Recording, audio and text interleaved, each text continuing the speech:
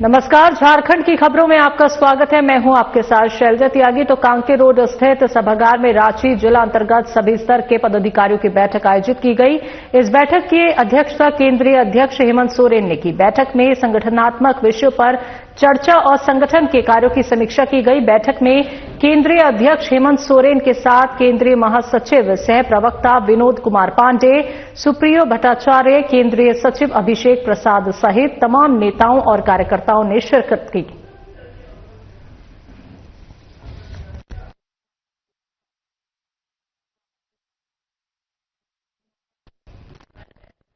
मुख्यमंत्री हेमंत सोरेन ने मुख्यमंत्री आवासीय परिसर में दिशोम गुरु शिबू सोरेन की 82वीं जयंती के अवसर पर रविवार को एक समाचार पत्र की तरफ से आयोजित दिशोम गुरु कॉफी टेबल बुक का लोकार्पण किया। ये पुस्तक एक समाचार पत्र के प्रयास से प्रकाशित की गई है। इस अवसर पर मुख्यमंत्री ने दिशोम गुरु शिबू सोरेन को नमन करते हुए उनके संघर्ष, त्याग और बलिदान को याद किया। इस मौके पर मुख्यमंत्री ने कहा कि ये कॉफी टेबल बुक गुरुजी के जीवन, विचारों और राजनीतिक योगदान का एक महत्वपूर्ण दस्तावेज है।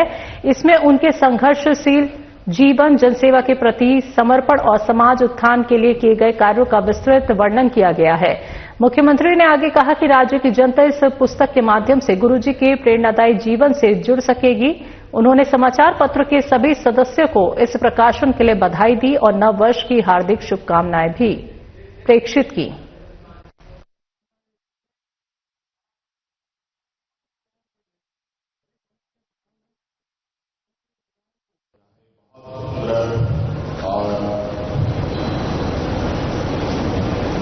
आदरणीय गुरु जी के एक लंबे लगभग 50-60 साल के संघर्ष और उनके त्याग का जो संकलन करते हुए कॉफी टेबल बुक बनाई गई। इसके लिए दैनिक जागरण परिवार को मैं बहुत बहुत शुक्रिया आभार प्रकट करूंगा। अभी तो मैंने कुछ ही पन्ने पढ़ते हैं और बहुत ही खूबसूरत, बहुत ही कहा जाए कि एक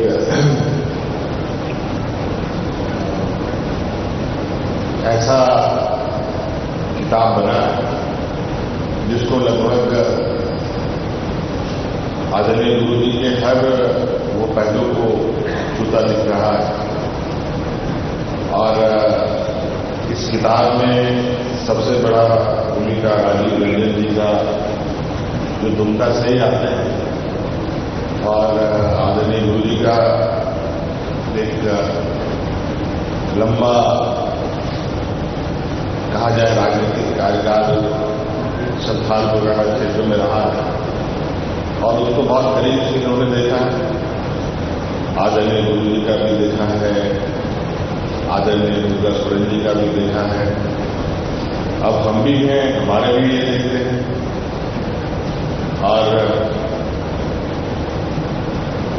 मुझे लगता है झारखंड की लोकता को राजीव रंजन जी ने बहुत बेहतर तरीके से समझा और आज एक पुस्तक के रूप में, कॉफी टेबल बुक के रूप में आज हम लोग के समक्ष है। और मुझे पूरा उम्मीद है कि राज्य में देश के लोग इसको बहुत इस किताब के प्रति आकर्षित होंगे। मैं पुनः नए साल की शुभकामनाएं देते हुए दैनिक जागरण परिवार को ढेर सारी शुभकामनाएं देता हूं। बहुत बहुत धन्यवाद। बीजेपी के प्रदेश कार्यालय में आज केंद्र सरकार के विकसित भारत ग्रामीण रोजगार और आजीविका मिशन गारंटी अधिनियम बीबीजी रामजी को लेकर एक कार्यशाला का आयोजन किया गया। कार्यशाला को भारत सरकार के केंद्रीय ऊर्जा और शहरी विकास मंत्री मनोहर लाल खट्टर ने संबोधित किया। कार्यशाला में प्रदेश अध्यक्ष बाबूलाल मरांडी, प्रदेश संगठन महामंत्री करमबीर सिंह, क्षेत्रीय संगठन महामंत्री नागेंद्र त्रिपाठी और प्रदेश के कार्यकारी अध्यक्ष आदित्य साहू समेत प्रदेश पदाधिकारी और कार्यकारिणी के सदस्य मौजूद थे। कार्यशाला के दौरान केंद्रीय मंत्री ने बीबीजी रामजी अधिनियम की खूबियों से प्रदेश पदाधिकारियों को अवगत कराया। केंद्रीय मंत्री ने यह भी बताया कि अधिनियम पूर्व की मनरेगा योजना से कैसे बेहतर है। उन्होंने पदाधिकारियों से अधिनियम की जानकारी और इसका लाभ प्रदेश के जन जन तक पहुंचाने को कहा। कार्यशाला को प्रदेश अध्यक्ष बाबूलाल मरांडी ने भी संबोधित किया। कार्यशाला के बाद संवाददाता सम्मेलन को संबोधित करते हुए केंद्रीय ऊर्जा और शहरी विकास मंत्री ने कहा कि योजना के क्रियान्वयन में प्रदेशों की भागीदारी बढ़ाई गई है ताकि राज्य सरकारें भी पूरी जवाबदेही से काम करें। केंद्रीय मंत्री ने आगे कहा कि पिछली मनरेगा योजना और बीबीजी रामजी में एक अंतर यह है कि इस बार स्थानीय जरूरत के हिसाब से दीर्घकालिक और ठोस आधारभूत संरचनाओं के विकास को प्राथमिकता मिलेगी।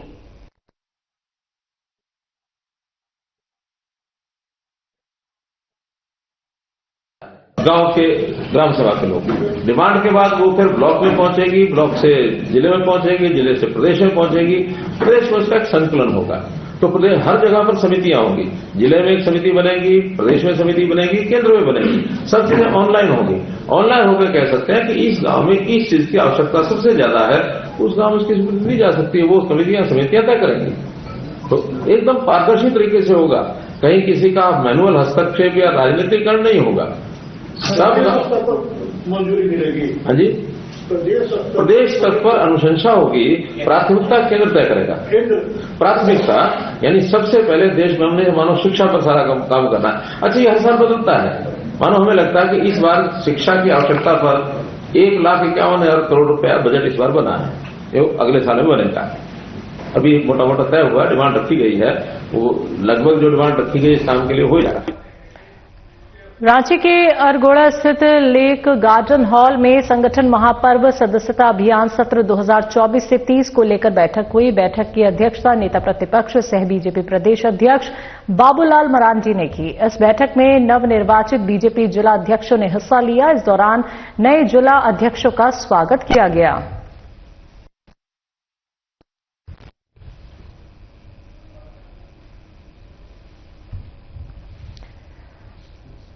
तो आपको बता दें कि रांची के अरगोड़ा स्थित लेक गार्डन हॉल में संगठन महापर्व सदस्यता अभियान सत्र 2024 से 30 को लेकर यह बैठक संपन्न हुई और इस बैठक में नवनिर्वाचित बीजेपी जिला अध्यक्षों ने हिस्सा लिया और जो नए जिला अध्यक्ष बनाए गए हैं उनका यहां पे स्वागत किया गया। तो बैठक की अध्यक्षता नेता प्रतिपक्ष सह बीजेपी प्रदेश अध्यक्ष बाबूलाल मरांडी ने की।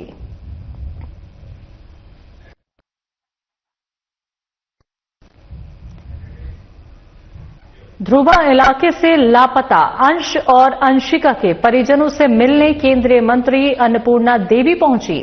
इस दौरान केंद्रीय मंत्री अन्नपूर्णा देवी ने अंश और अंशिका के परिजनों को बच्चों की सुरक्षित वापसी के लिए हर संभव मदद का आश्वासन दिया। उन्होंने मौके पर ही डीजीपी से इस मामले में बात भी की। आपको बता दें कि अंश और अंशिका 2 जनवरी से लापता हैं। उनका अब तक सुराग नहीं मिल पाया है। हालांकि पुलिस लगातार बच्चे की तलाश में जुटी हुई है। आपको ये भी बता दें कि अंश और अंशिका के लापता होने के बाद अंश और अंशिका बचाव समिति ने ध्रुवा बंद भी किया था।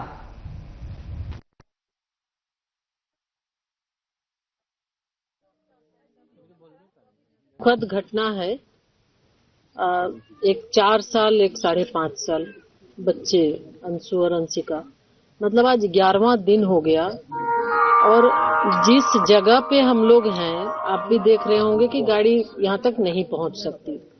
और उसके बाद तुरंत 2:30 बजे की घटना है। 3 बजे से पूरा परिवार खोज रहा है, कहीं भी पूरे बस्ती में पता नहीं चला।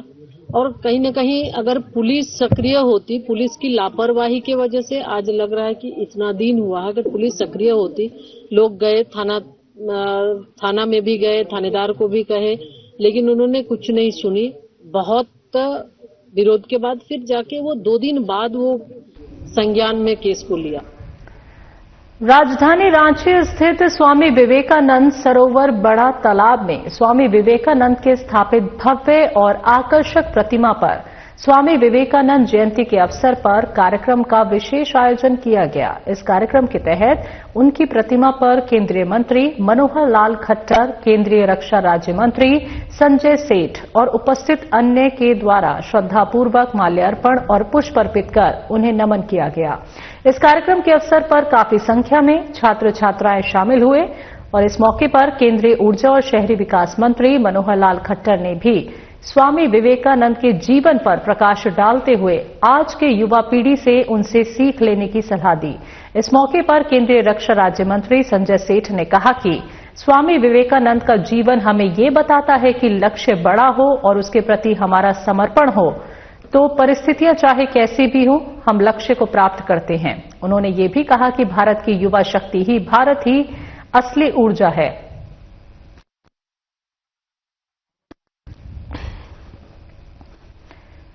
तो रांची में स्वामी विवेकानंद जयंती पर यह कार्यक्रम आयोजित किया गया था, जहां पे केंद्रीय मंत्री मनोहर लाल खट्टर पहुंचे।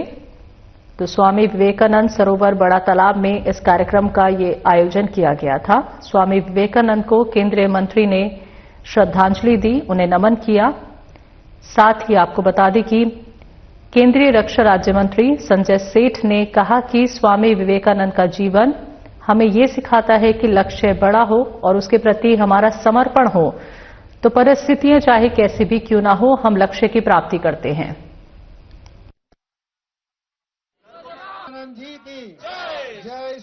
बहुत ही पावन दिवस है। राष्ट्रीय युवा दिवस इस नाम से हम हर वर्ष 12 जनवरी को स्वामी विवेकानंद जी के प्रति अपनी श्रद्धांजलि व्यक्त करते हैं। स्वामी विवेकानंद जी के बारे में हमारे संजय सेठ जी ने बहुत कुछ आपको बताया है। मेरा तो आज अन्य कोई कार्यक्रम था, मुझे सौभाग्य मिला कि आज इस प्रकार के स्वामी विवेकानंद जी का इतना बड़ा स्टैच्यू जो यहाँ के शासन ने बनवाया है और इस सरोवर का नाम भी स्वामी विवेकानंद सरोवर ऐसा रखा गया है, इसकी भी मैं आपको बहुत बहुत बधाई और शुभकामना देता हूं। मित्रों, स्वामी विवेकानंद जी युवाओं की एक प्रेरणा के स्रोत थे। युवाओं को हमेशा उन्होंने कैसे आगे बढ़ना और कैसे देश के हित में काम करना, अपने लक्ष्य की पूर्ति के लिए जो बोध वाक्य उनका प्रचलित है, उठो जागो और तब तक मत रुको जब तक लक्ष्य की प्राप्ति न हो। दुनिया को देने वाला भारत बना है। ऑपरेशन सिंदूर की विजय के बाद आज 2 ऐसी हमारी बेटियां जो ब्रांड एम्बेसडर बन गई, colonel Sofia Qureshi, wing commander Bhumika Singh. उन दोनों बेटियों ने, दोनों अफसर ने हिंदुस्तान ने पूरी दुनिया को ऑपरेशन सिंदूर विजय की गाथा सुनाई। और आज मेरा मानना है कि युवा देश अब रुकने वाला नहीं है। ये प्रधानमंत्री नरेंद्र मोदी के नेतृत्व में विवेकानंद के सपनों को पूरा करने के लिए चले व्यक्ति बढ़े चलो। भारतीय जनता पार्टी में संगठन पर्व के रूप में संगठन निर्माण के लिए पिछले वर्ष ही प्रक्रिया चल रही है। इसी क्रम में बीजेपी के प्रदेश अध्यक्ष और राष्ट्रीय परिषद के सदस्यों का चुनाव होना है। इसके लिए उम्मीदवारों का नामांकन पत्र की वापसी और शेष नामांकन पत्रों की जांच के लिए 13 जनवरी की तिथि निर्धारित की गई है। चुनाव के संबंध में मीडिया से जानकारी साझा करते हुए पार्टी के प्रदेश महामंत्री और राज्यसभा सांसद प्रदीप वर्मा ने बताया कि बीजेपी के राष्ट्रीय चुनाव अधिकारी डॉक्टर के लक्ष्मण ने झारखंड में केंद्रीय मंत्री जुएल उरांव को चुनाव अधिकारी नियुक्त किया है। उन्होंने कहा कि नामांकन पत्रों की जांच के बाद किसी पद के 1 से अधिक प्रत्याशी होने की स्थिति में चुनाव कराया जाएगा। उन्होंने ये भी कहा कि चुनाव की तिथि 14 जनवरी तय की गई है और उसी दिन इसका परिणाम भी घोषित कर दिया जाएगा।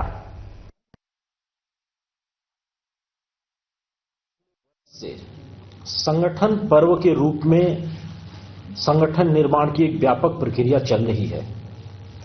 उसी कड़ी में राष्ट्रीय चुनाव अधिकारी डॉक्टर के लक्ष्मण ने झारखंड राज्य के प्रदेश अध्यक्ष एवं राष्ट्रीय परिषद के सदस्यों के चुनाव हेतु डॉक्टर जुएल उरांव केंद्रीय मंत्री भारत सरकार को झारखंड चुनाव अधिकारी नियुक्त किया।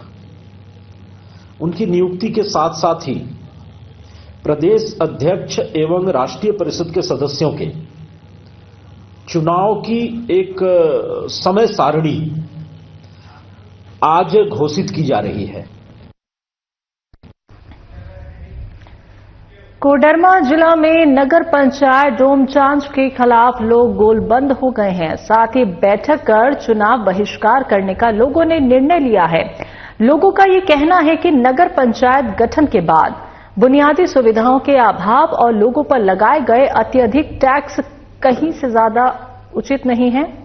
और साथ ही और क्या कुछ लोगों ने कहा, उसका जायजा लिया कोडरमा संवाददाता अंकुर कुमार गोस्वामी ने।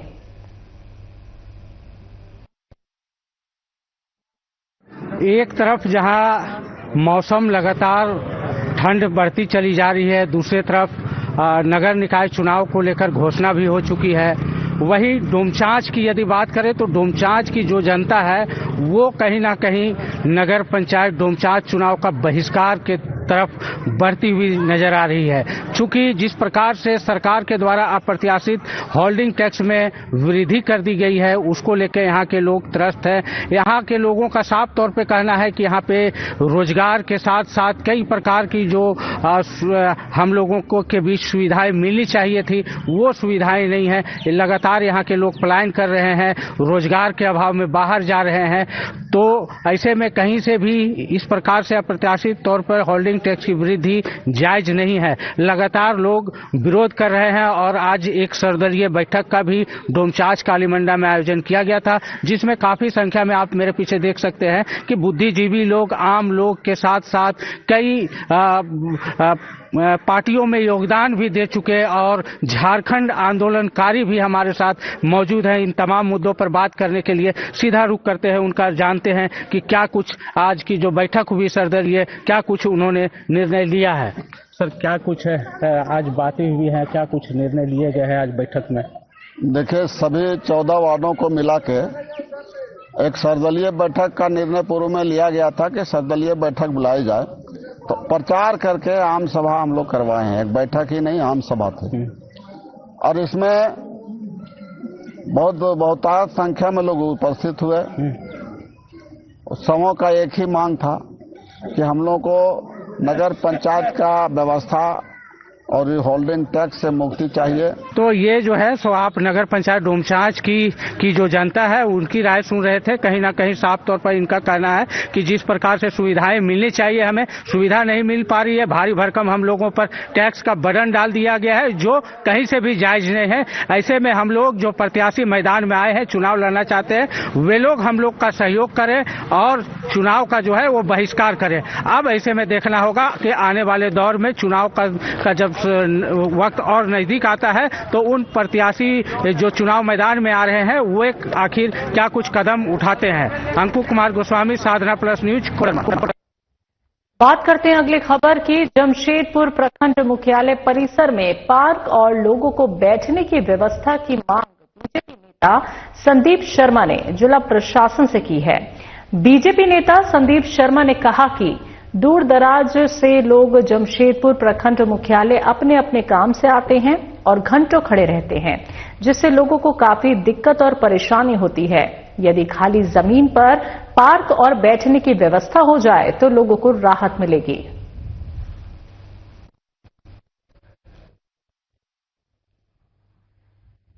तो लोगों के लिए ये सुविधा मांगी गई है बीजेपी नेता संदीप शर्मा की तरफ से।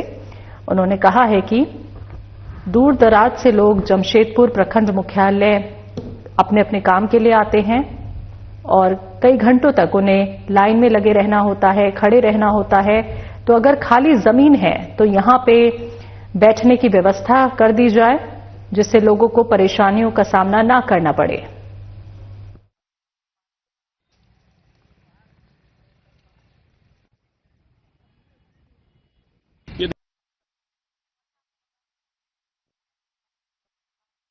ये देखिए, इतना बड़ा जमशेदपुर प्रखंड है जिसमें 55 पंचायतें आती हैं दूर दराज से लोग आए दिन अपने काम के लिए आते हैं, सैकड़ों हजारों की संख्या में आते हैं, लेकिन यहाँ पर किसी के लिए कोई सुख सुविधा नहीं है, किसी के लिए बैठने के लिए कोई जगह नहीं है।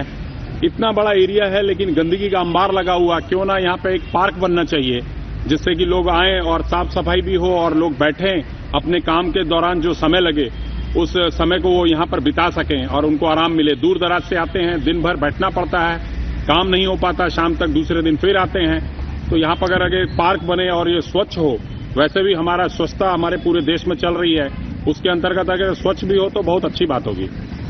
आप देखते होंगे कि बूढ़े बुजुर्ग अपनी पेंशन के लिए या विभिन्न कामों के लिए यहाँ पर आना पड़ता है, उनके लिए भी बहुत दिक्कत होती है। बैठने के लिए कोई जगह नहीं है, पानी की कोई जगह नहीं है। अगर यहाँ पर इस पूरे परिसर में एक सुंदर पार्क, भव्य पार्क बने तो उनको बैठने की व्यवस्था होगी तो उनके लिए काफी सुविधाजनक। झारखंड की खबरों में अभी के लिए इतना ही। मुझे दीजिए इजाजत। नमस्कार।